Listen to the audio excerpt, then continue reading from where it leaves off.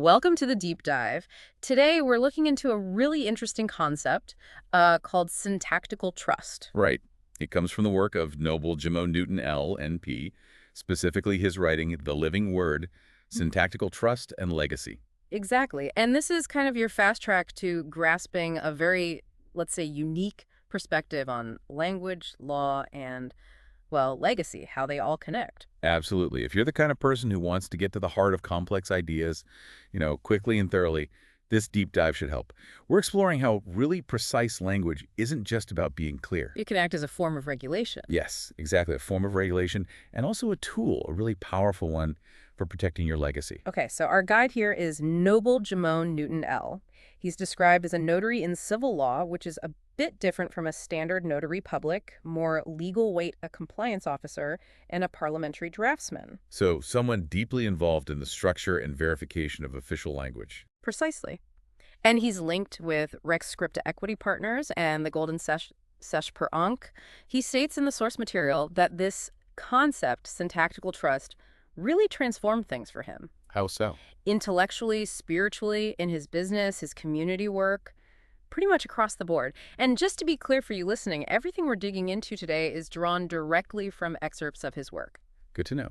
So diving in, one of the first striking things is how syntactical trust is framed. It's not just another legal form. No, not at all. The source calls it a divine structure. A defined structure. Yeah. Okay. Yeah, an order created through the word. It really elevates the idea, suggesting that this precision in language is fundamental, almost sacred in a way. So it's placing a huge importance on what he calls vigilant syntax, punctuation, and royal form. Right, vigilant syntax.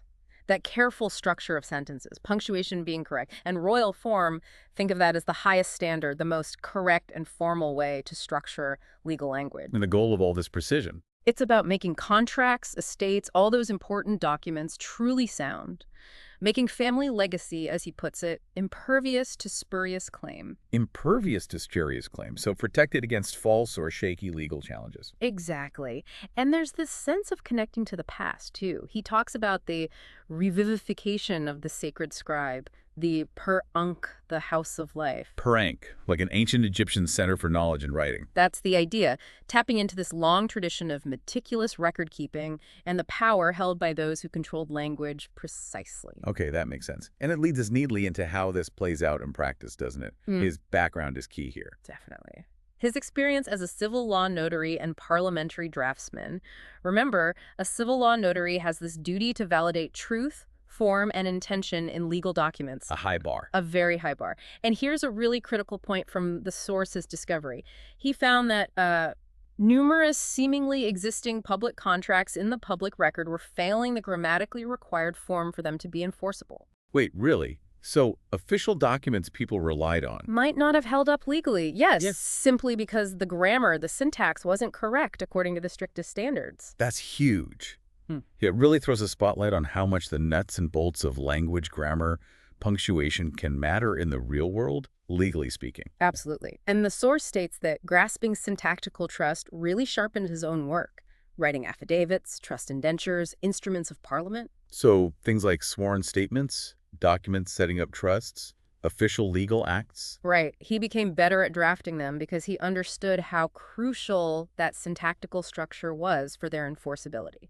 It wasn't just about clarity, it was about legal validity. Which brings us to this 15 trust syntactical structure mentioned in the source. Yes. This isn't presented as his own invention, but something learned through the councils of elders and from the scrolls of Dr. Bidzil Bey's network. And that network includes groups like Diversity Trust, Secure Bank Box, Notary Chain, Arizai, Justice Fund. What are these exactly? The source doesn't detail them extensively, but connects them to areas like decentralized finance or DeFi, focusing on principles like honor and trust. Okay. And this 15 trust system, what does it do? It's described as a kind of blueprint. It directs the architecture, the fundamental structure of how you set up your estate, how you conduct diplomacy or negotiations, and even how you structure your speech to be legally sound. A foundational framework, then, for areas where precision and legal standing are paramount. Exactly. And we learned that his organizations, the Golden Quill Sesh per Ankh and Rex Scripta Equity Partners, actually use this system in their operations. Okay. And how does that change things? How do they use trusts differently? Well, the key point is that trusts built on this framework aren't just for passing on assets after death. They become something more active, like living jurisdictions. Living jurisdictions, meaning Meaning they're designed to actively protect members, heirs, assets right now using private trust law, but underpinned by the certainty that comes from this precise and tactical trust. It's about building a secure legal space with language. fascinating. And are these trusts all for the same purpose? No, they're quite diverse. The source gives examples like asset holding straightforward enough, ecclesiastical preservation, so maybe protecting religious traditions or assets, intellectual property, diplomatic credentials, civil defense perhaps, community protection, and trade networks structuring business deals. A wide range. So what's the common element? The syntax, as the source puts it, neat, proper, and codified into an enforceable framework.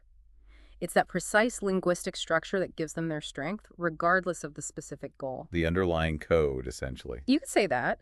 And then Mr. L addresses the listener directly, which I think really brings the message home for you listening. He says, "Dear Mers, indigenous heirs, and kin with sovereignty, recognize the following: words build worlds." Powerful phrase. Language as creation. Very much so, especially in building legal and social realities. And he follows it up with a stark warning, doesn't he? He does. When the syntax is incorrect, you lose my trust. He's drawing a direct line. Flawed language equals broken trust, broken enforceability. It's not just about a typo. It's foundational. He connects compromised infrastructure, like flawed agreements, to jeopardize sovereignty. Your ability to self-govern is put at risk. Right. And he brings it back to his personal experience. Learning syntactical trust helped him express himself clearly, govern justly, become a better draftsman and notary. And the benefit wasn't just professional. No, he specifically mentions providing his family with clarity, peace, refuge, security, essentially, and protecting their legacy, all through the power of precise language. He also mentions again the partnerships between the Golden Quill Sesh per Ank and that network around Dr. Bay. So there's a call to action in there, too. Yes, quite direct. Make the summer the season when you arrive in proper form. Write your faith in truth and not in confusion. And protect your legacy not only on paper, but through precision. It's an urge to be meticulous, to take control of the language you use in important contexts. Definitely. And he finishes with a very strong personal endorsement. It completely turned my life around. It can do the same for you too. Quite a claim. So, wrapping up this deep dive, the core takeaway from Noble Gemone Newton L's work is really the immense power attributed to precise language, this syntactical trust. Yeah, it goes way beyond just clear communication. It's positioned as fundamental for legal enforceability, for protecting what you want to pass on, even for personal empowerment.